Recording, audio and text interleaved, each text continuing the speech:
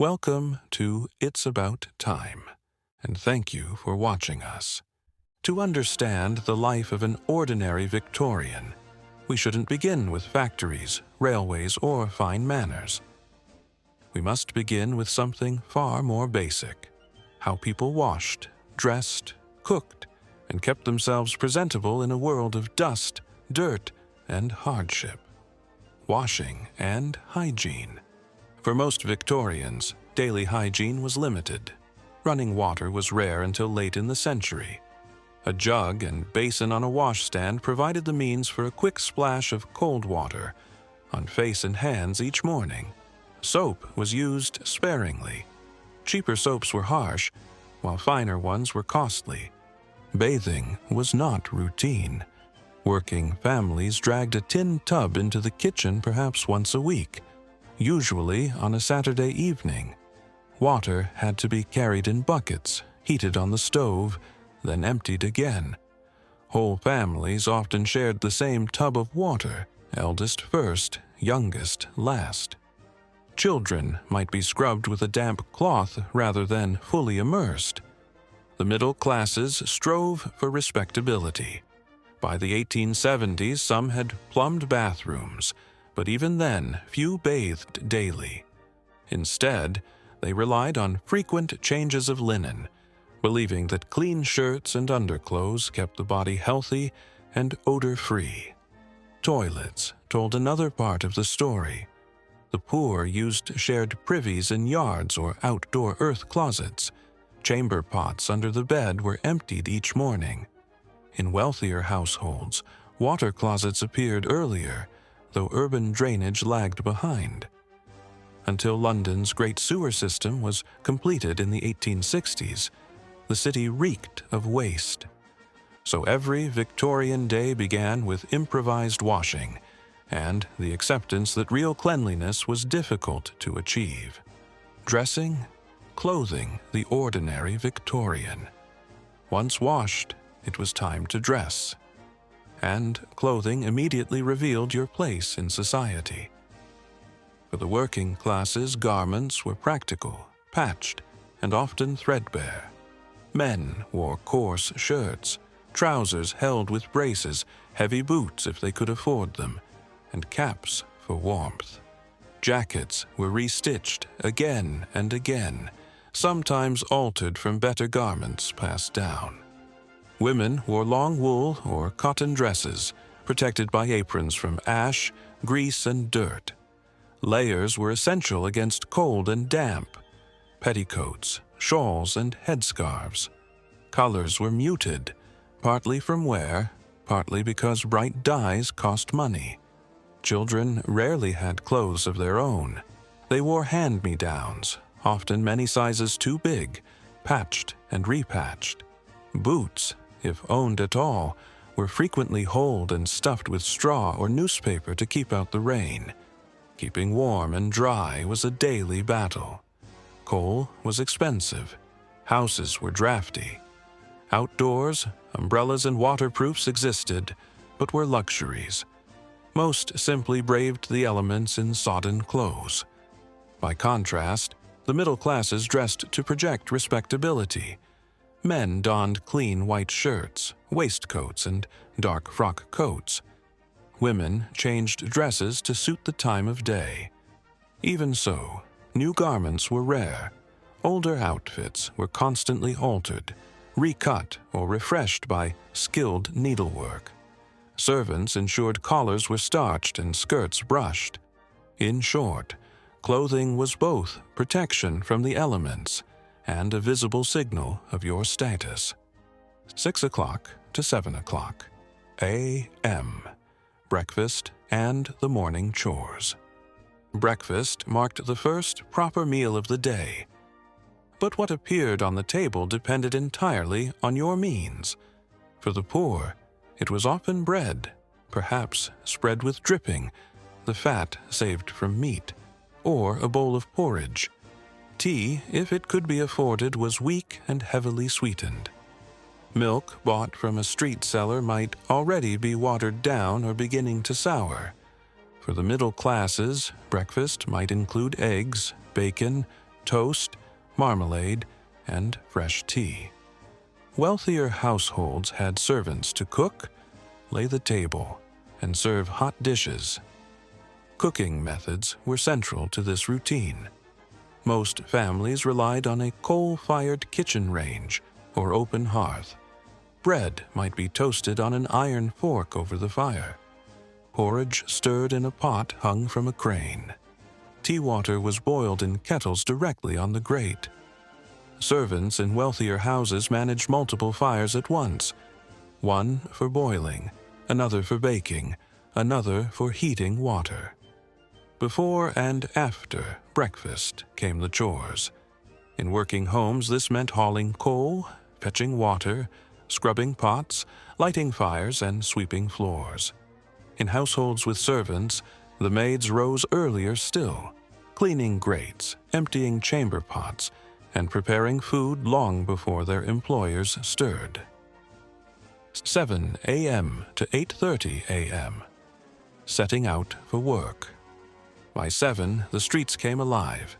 Men in flat caps trudged to factories and docks.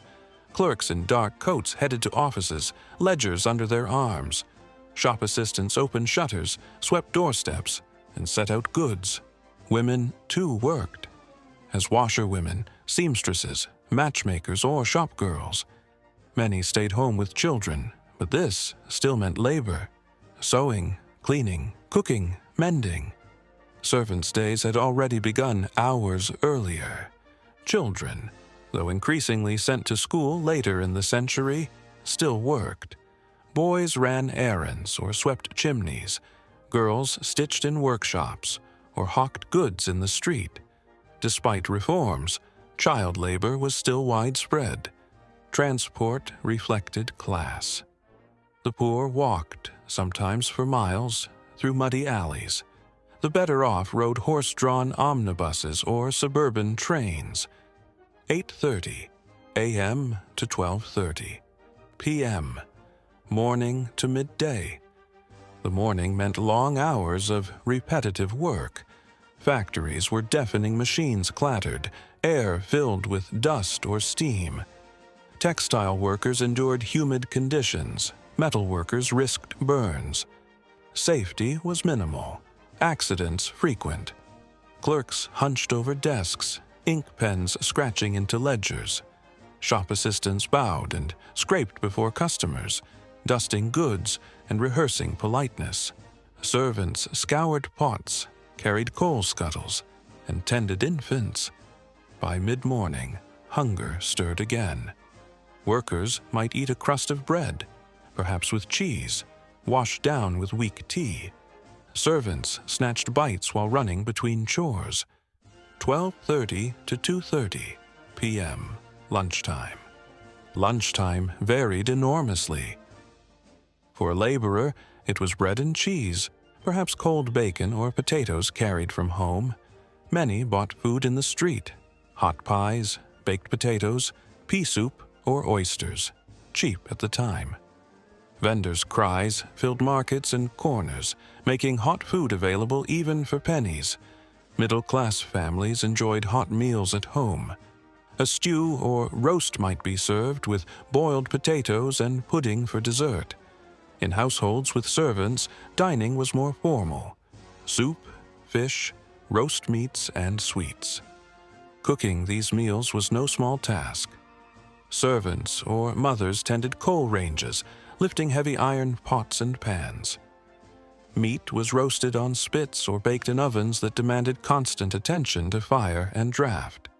Vegetables were boiled until soft. Puddings, suet or sponge, were steamed for hours. Without refrigeration, food had to be bought daily and used quickly, which meant constant shopping. 2:30 to 5:30 p.m. afternoon labor. The afternoon returned workers to their stations. In factories, the air grew hotter and closer. In laundries, steam scalded hands. Shop girls stood for hours, never permitted to sit. Clerks copied figures until their eyes blurred. For middle-class women, the afternoon might mean social calls. Visiting friends required dressing properly, leaving cards and following etiquette. Working-class women continued with housework, laundry, or taking in sewing. By late afternoon, markets thrived again. Housewives bought food for supper, fish, vegetables, or scraps of meat. Bargaining was essential, especially for those stretching meager wages. The smell of fish, fried food, and rotting waste mixed with coal smoke in the crowded air. 5:30 to 8 p.m. Evening.